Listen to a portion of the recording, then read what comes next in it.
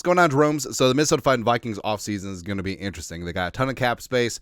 They need to rebuild in the trenches, both O-line and D-line, and they're sort of limited on draft capital. So it sort of is what it is. But Kwesi, you know what Kwesi's going to do? He's going to assemble the Avengers along the offensive line.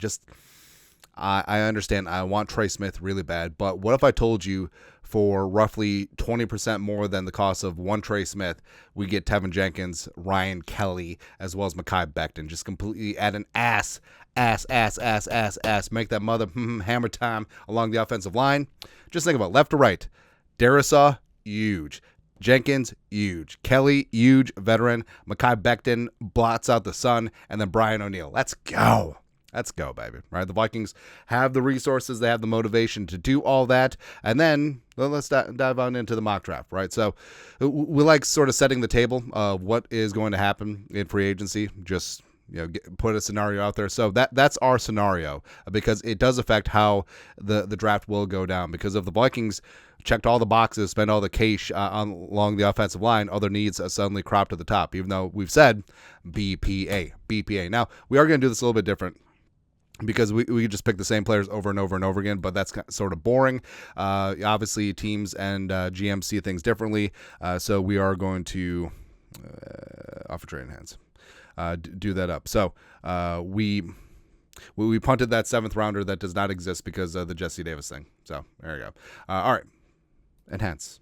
I feel good. It's a good day, man. All right, so Vikings up at 24. All right, so let's see here. Ward, Travis, Shador, Mason Graham is the Patriots, Tet to the Jaguars. Ooh, Tet and BTJ, let's go. Abdul Carter falls all the way to 6.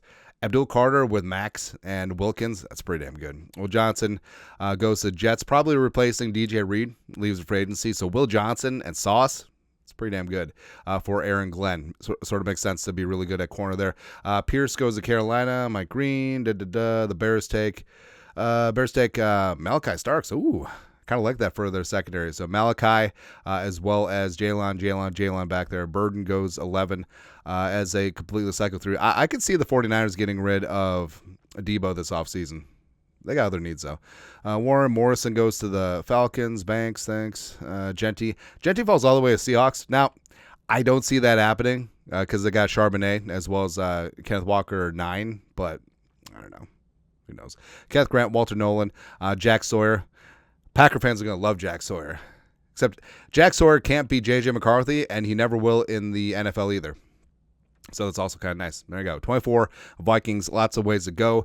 Mambu would make sense. I think that he's going to be a better guard than tackle in the league. Hampton is there. Gray Zabel. Scorton will be a fantastic 5-tech for the Vikings. Tyleik Williams is going to be great on the nose. Really like his game. Connerly Jr., I'm surprised he didn't go to the Bears. But here's what like we said, we're going to do some different things, and we're going to stick and pick. Siobhan Ravel, Amos is there too. But Jahdae Barham. So the pride of Texas, hook him, baby. He's a really unique and interesting player because he's a big nickel, right? So it matches up in the slot against move tight ends, against big wide receivers as well. And just his versatility is really going to Florida's going to love this guy. 5'11", 200. Needs to work a little bit on tackling, but he can be Johnny on the spot. And he's very good at man-to-man coverage in the slot as well as filling out zones underneath. So Jahdae Barham is definitely a guy that could be on the radar for the Vikings, especially depending on what happens with Harrison Smith as well as Cameron Beasley behind him. But Barham, maybe he's cut from too similar of a cloth as Josh Metellus, but that's okay. Yep, you have 2 Josh Metelluses. So Vikings up there at 24. Are going to hear the boos. Your boos mean nothing to me because I've seen what makes you people cheer. That's it. Vikings all the way down in an earlier round. All right, so now Vikings are up top. Tate Ralitch is there.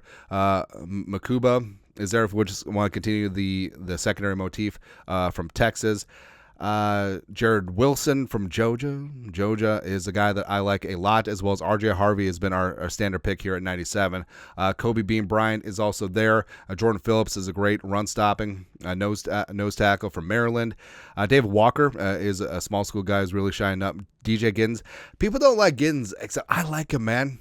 There's just something about, he's not going to check all the boxes physically, except he just knows how to get going. He kind of reminds me of Raheem Mostert.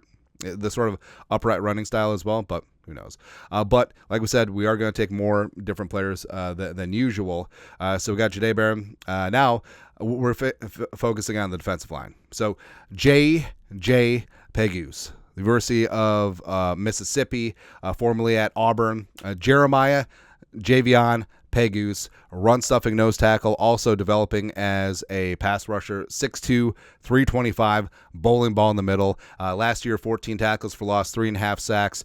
He and Walter Nolan, fantastic D-line there with the Running Rebels. Or not the Running Rebels, just Rebels. Yeah. As well as he has had 10 sacks in Oxford over the last 3 seasons. So it's not like he's unskilled rushing the passer. A little bit refinement needed, but he can be a guy that can two-gap, take up multiple bodies up front. So I do like Pegues up here. Plus, he instant fan favorite. Absolutely. Yeah, they're going to love this kid.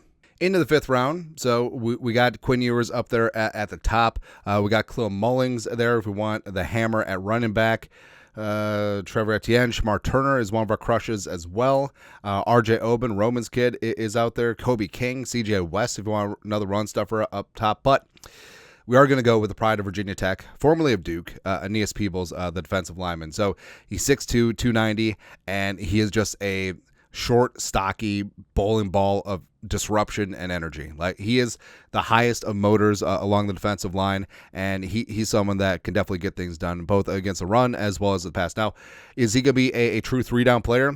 No, but as a 5th round platoon spark plug, a bit of a microwave player that can get in sub packages, I love it. And it's interesting that Peebles was at Duke, former teammates with Dwayne Carter, a guy that I loved a lot in last year's draft, ultimately went 3rd round to the Bills. So just Duke that can bring heat. All right, so I love Pegues as the run stuffer, Peebles as just someone who can bring a spark off of the bench. So bring it on.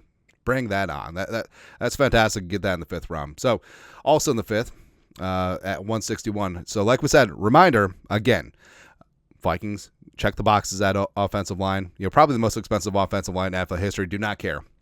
Got it done. And also, you do have Walter Rouse and Michael Juergens as potential depth to raise on up and to develop. Defensively, we need to get dudes. We got some dudes on defense. Jahdae Barron as a big nickel, J.J. Pegues as the nose tackle, Aeneas Peebles as the spark plug, 4-tech, 5-tech, whatever, 3-tech, whatever tech. Just put them on the field and see what happens. Very similar to Jalen Redmond and LDR. Let's go, man. But now the other 5th round pick. What to do? We're going to just go get our guy. So running backs wise, this is a very deep running back class, and a lot of running backs that you could probably get in the 3rd round in most drafts, you're going to get in the 5th. I mean, Ollie Gordon in a normal draft probably goes late 3rd, early 4th, right? But now we're going to take him in the 5th round, and Ollie Gordon, the pride of Oklahoma State, 6'1", 233, hammer with some movement skills, can run outside zone, inside zone, can run man and gap. 1,732 yards, 21 rushing touchdowns in 2023. Took a bit of a step back in 2024. That certainly impacted his draft stock. Otherwise, he may be considered in the top 5. But power is a better receiver than people give him credit for.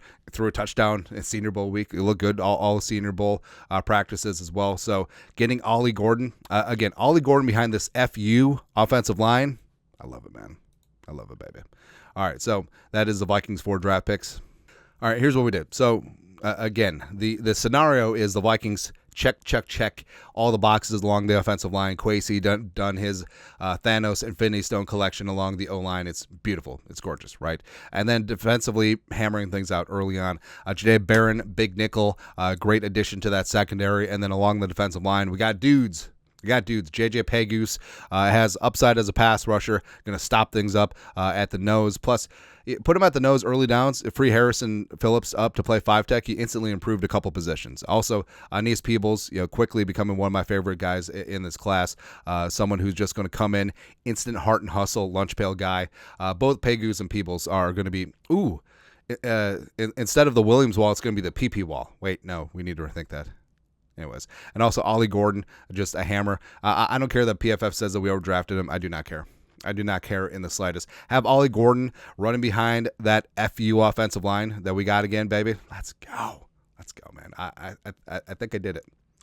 I think there's a bajillion Super Bowls in the next 20 years. Let's go. Anyways, that's it. 7-round Vikings mock draft. We did it. We fix things. Let us know your thoughts, our thoughts, comment section. You guys are the best. You know what to do. Skull production value.